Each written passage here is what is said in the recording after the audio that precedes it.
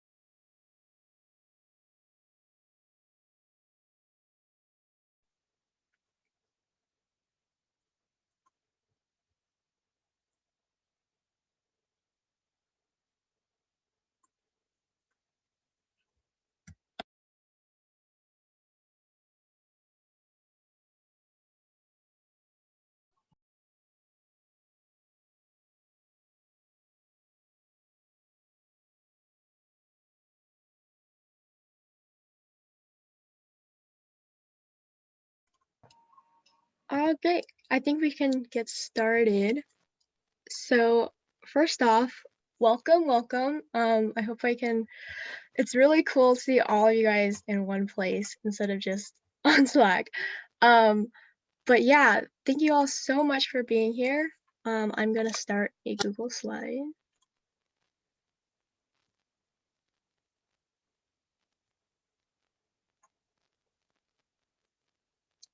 All right, so thank you all so much for being here again, as I said, and thank you for putting in all of the work and effort for the hackathon and making such amazing apps. The judges had so many great things to say about all of you guys. We're all super impressed.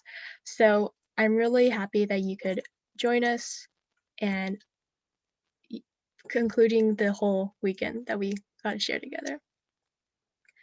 All right, so firstly, I would like to thank the hackathon team that helped me organize this whole event. You saw Isabel Lee, Cheryl Lindman, and Shannon Wong do all the tutorials for you guys and gather up all those resources and help organize this entire event. And so they're here with us today to help present. And also thank you to all of our judges. We had 10 fabulous judges, which is really cool, and they all took their time off this weekend to judge all of your amazing projects, and it was a really hard decision to choose the winners, but they really put in the effort and we really appreciate them.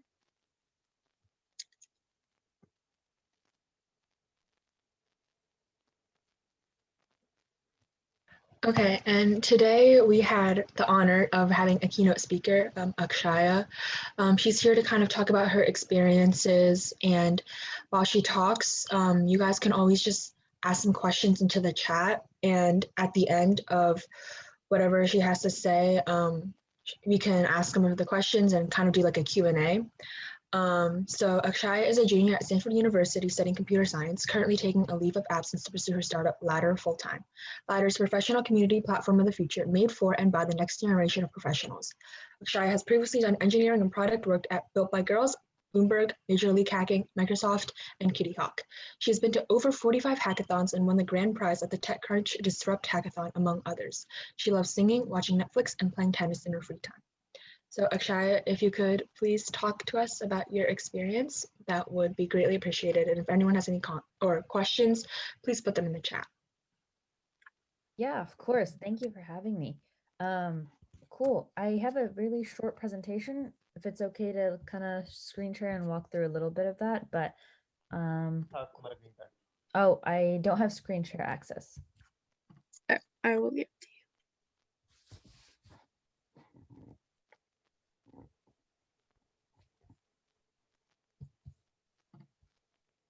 All right, cool.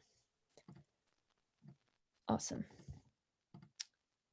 Cool. So it's going to be really short because I know we want to spend most of the time on Q&A as well. But yeah, so I guess a little bit more about me. They already did a great introduction.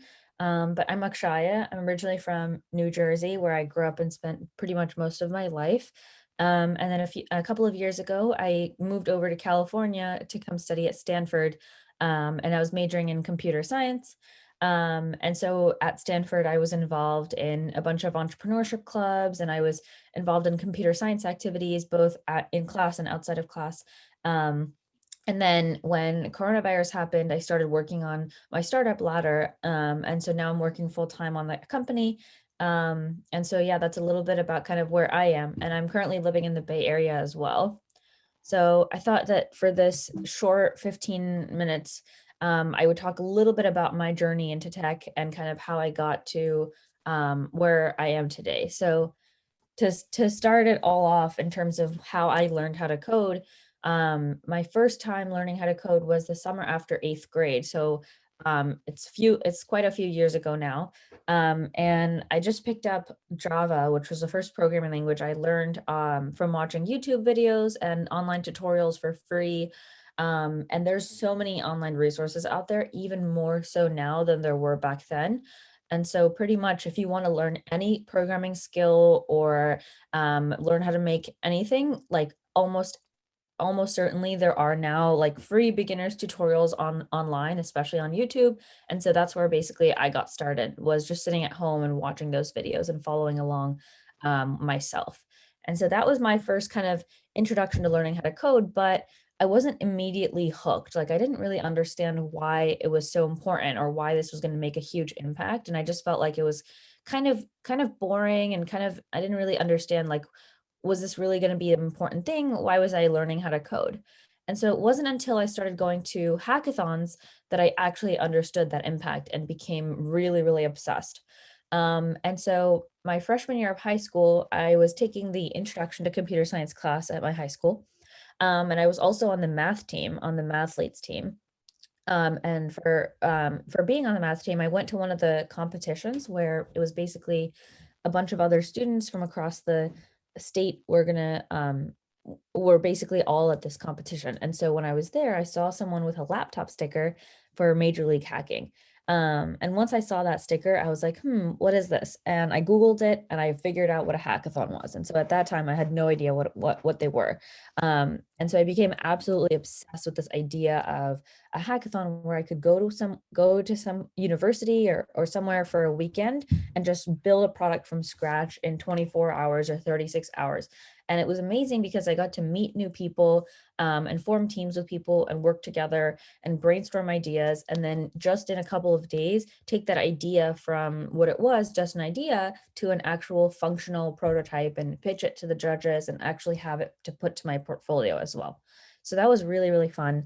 And so I kind of just kept going and kept going. And because I was learning so much, every hackathon that I went to, I picked up many, many new skills.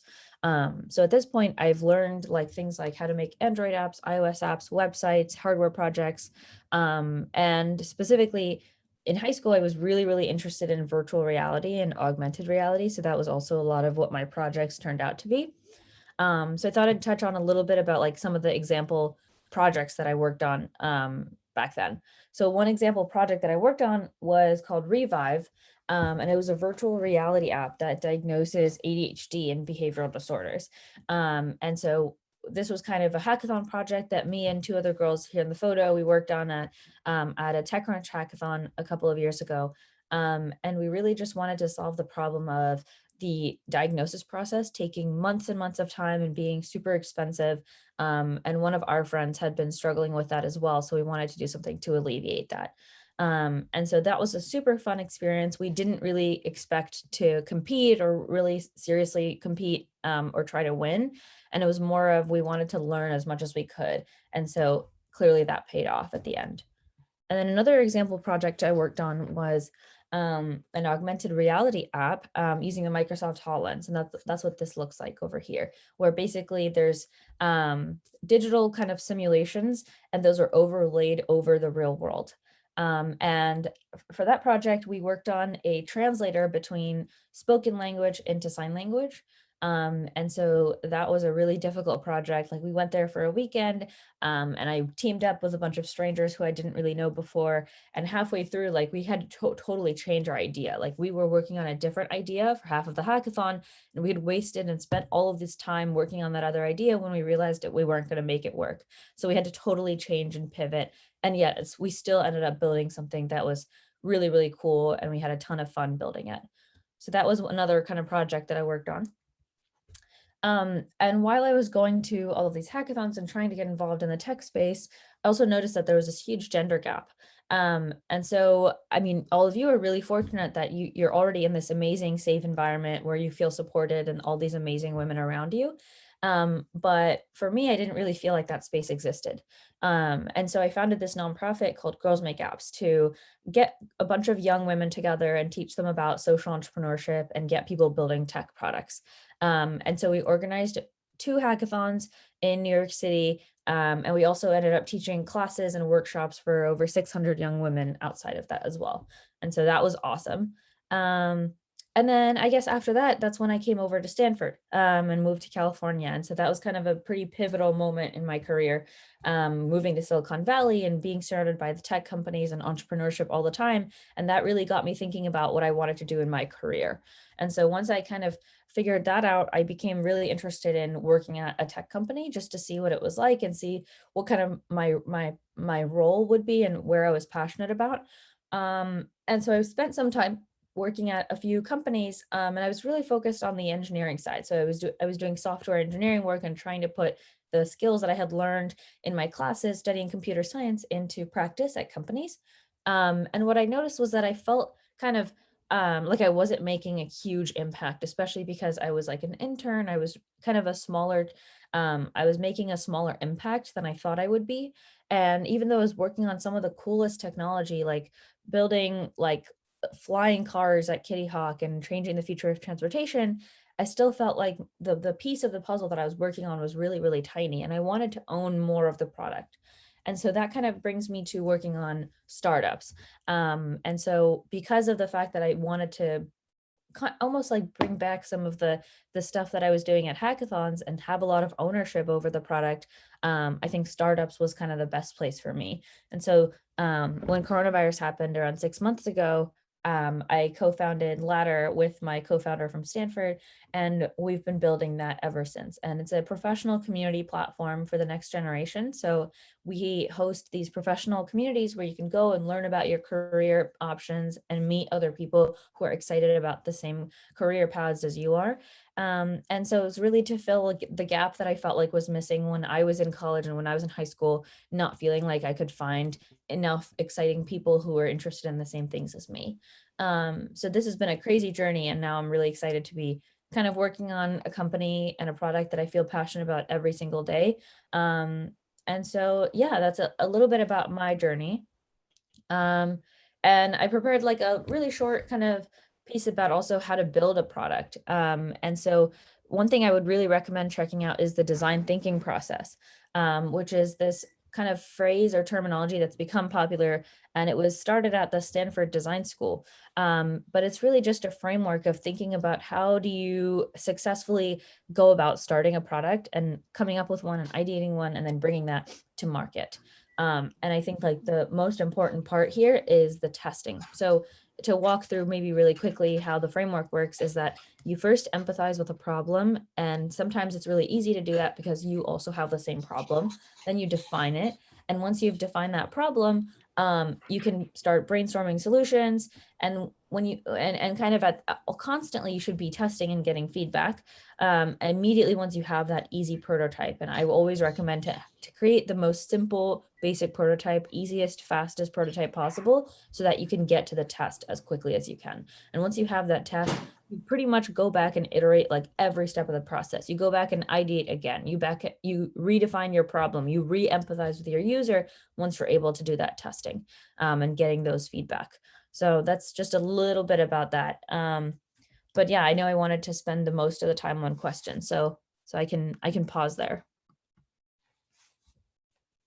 All right, thank you. And thank you for spending some time to, come here and talk to other people, especially like younger. Okay, so it only seems like we have one question in the chat. So while you answer that one question, if anyone else wants to ask any questions, do not be afraid to do so. And yeah, so the question comes from Cassandra, and she asked, "Where in New Jersey did you grow up?" Because she's a Yeah. Montclair NJ native. Yeah, good question. I grew up in North Brunswick, so it's in central Jersey.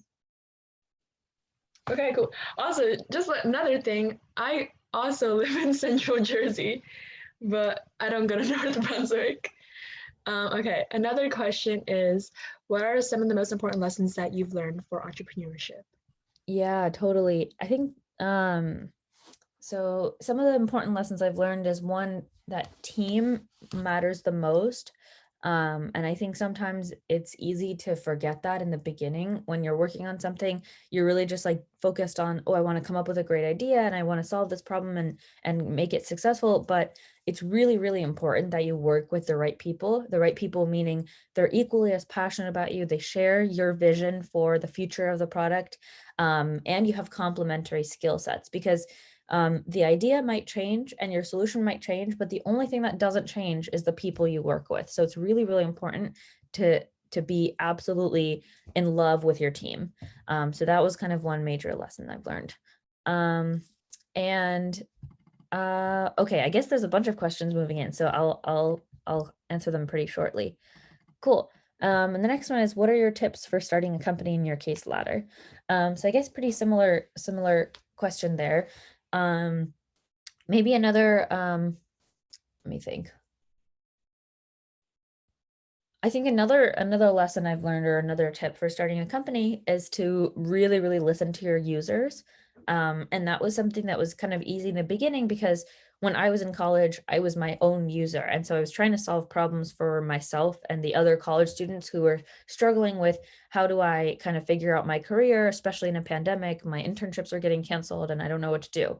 So it was really easy for me to empathize in the beginning. But as time went on and I spent less and less time actually with my like fellow college students and being that user, it kind of became harder and harder to empathize. And so the only way to get that back was to constantly go and talk to my users, to go and schedule calls with them, learn from them, talk with them about their problems, and get their feedback on how the product was working.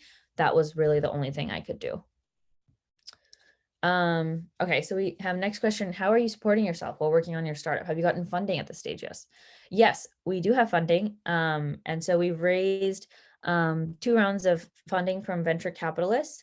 So the way that works is really like you have a company and you pitch it to investors who are kind of like people who would trust that your company is going to be really successful in the future. And so they'll give you money now kind of to as a way of taking back equity or taking back ownership of the company. And then in the future, you'll give them a percent of the profit that you end up making when you become super successful. So we do have funding.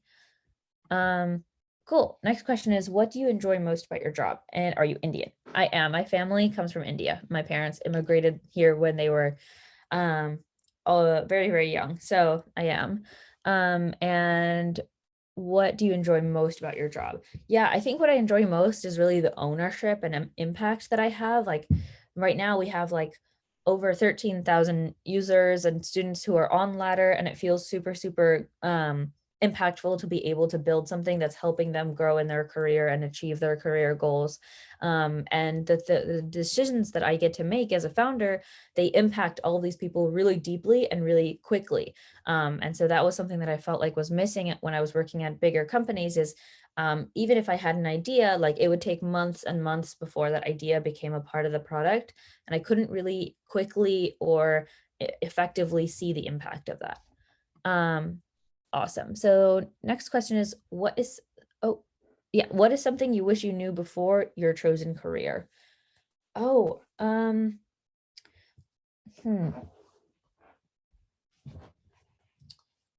I wish I knew kind of how important soft skills were. I think like whenever it comes to computer science careers, a lot of people tend to focus a lot on, do you know how to code and are you a really good coder? But there are so many really, really valuable soft skills, especially with communication. Like communication is one of the most like underrated skills, and I feel like any career is knowing how to effectively take a complicated idea or solution and boil it down to like a really easy way to communicate it, whether that's on paper, like you're writing it down on an email or in a document, or also when you're communicating it out loud, like being able to pitch and talk and public speaking and present, all that stuff is extremely, extremely valuable, and sometimes even more important than actually building the product itself. Okay, cool. Wow, there's a ton of questions here.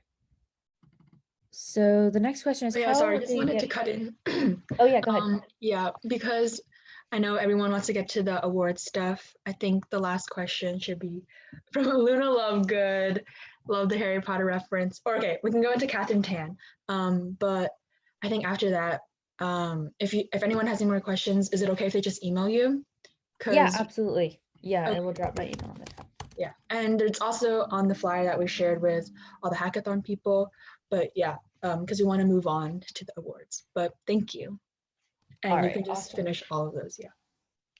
Okay, so I will, which questions do you want me to get to?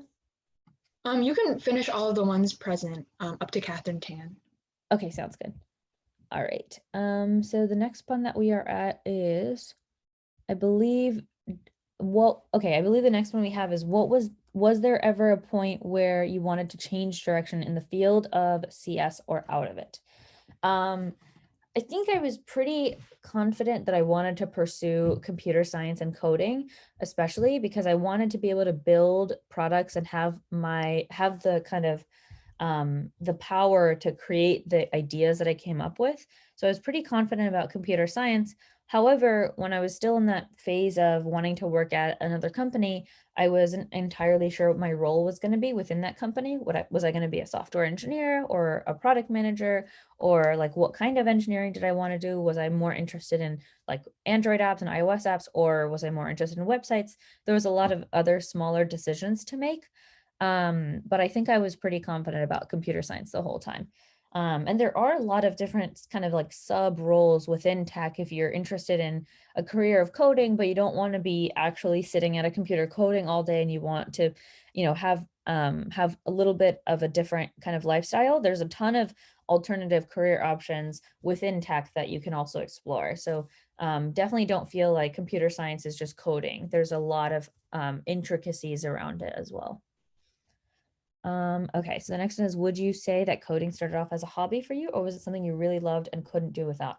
Yeah, it was absolutely, I guess it was both. It was a hobby for sure. And when I first started coding and going to hackathons, I really did not imagine that it was going to turn into a career. I just thought I was doing it for fun. And I loved doing it so much that I would just keep going back and trying harder and doing it over and over. Um, Cool. Next one is there a website where we can check out more about Ladder? Absolutely. So it is only open to college students to join, but there is a website where you can read more about it if you're not in college. And I believe you said you're taking a leave of absence to pursue the startup. Yes, good question. This is something that's like pretty common, but I am taking an extended leave of absence from Stanford to work on Ladder, and if everything goes smoothly, like if Ladder is crazy successful as I hope it will be, then I don't plan to return. But it's a great backup. In the case that Ladder does not work out, I always have the possibility of just going back to school and finishing out the degree. And the last two questions here are, what is the hardest part about your job? I think the hardest part is not really knowing if the decisions I make are going to work out. Because at a bigger company, I'll usually have like a manager and a mentor and all of these people above me who can give me that mentorship and support. But when I'm working on a startup, especially as a founder, like I'm really like I have to make decisions on my own. And if they don't work well, I have to face the consequences. And so it's kind of difficult to be able to have a lot of confidence in my decisions and feel confident in knowing that I'm pursuing the right path. Cool. And then the last one is, what's your favorite way to learn coding? Making projects. Yep, absolutely. I think it's hard. It's really hard to feel super passionate about coding until you make a project for the first time and you realize how cool it is that you just built this amazing piece of technology yourself. And so I would just keep doing that over and over and over, is like starting with your first project, and then the next skill you want to learn, go build a project that uses that skill. And then in the process of doing so, you'll get really, really good at it and even better at it than you will from like watching a video or reading a book. Building projects is in my opinion, the best way to learn. All right, Okay, cool. thank you so much for being here. We really appreciate it. And that's truly inspiring to see how much you've done. So I wish you all the best of luck and just thank you. And Alyssa, if you want to go back to screen sharing, go for it.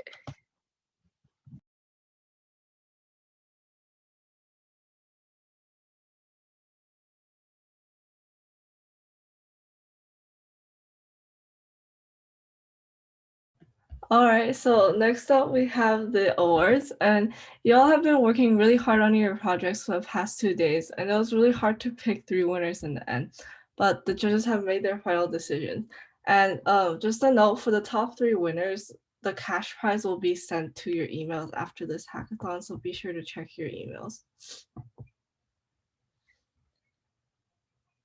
So first up, we have honorable mention. In the beginning, we didn't actually plan on extra recognition, but the judges really want to recognize this team who had a very creative use of hardware and application and lots of research. So honorable mention goes to Lavanya Gupta, Samya Patlapali, and Crystal Yan. Yay! So their project used a smartwatch to detect signs of stress and then an app recommending exercises. So congratulations. And then next up for third place, we have Amanda Chen, Rishi Badu, and they got third place, so they have a $100 cash prize. And their project was about transitioning from high school to college. Good job. Yeah, so in second place, we have Celine Karaji and Lean Saba. Congratulations on second place. You will be receiving a $150 award each. And their app was about an interactive monster pet and also the use of camera to capture actions. Yeah, congratulations. So in first place, can we have a drum roll, please? We have the winner of this hackathon are Catherine Chu and Catherine Tan. You have won first place, congratulations, and you will be receiving a $250 award each. And for your game/app to help trauma survivors and building empathy. Congratulations.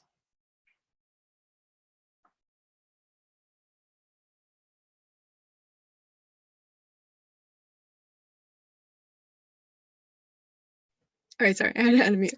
Anyway, so yes, those are winners. Thank you guys so much. I hope you really enjoyed this weekend. I know we had so much fun putting all of this together, and I know that all of you worked so hard on your apps, and so we really appreciate your time and effort. And so thank you, thank you, thank you for coming.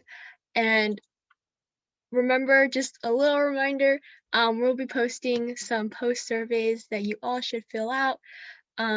I'll be posting them on Slack right after this. And so if you could please fill those out. But that concludes this weekend's hackathon. And I again just thank everyone who participated, the judges, Akshara, keynote speaker, all my team, and all of you guys who participated. So thank you guys and have a great rest of the week.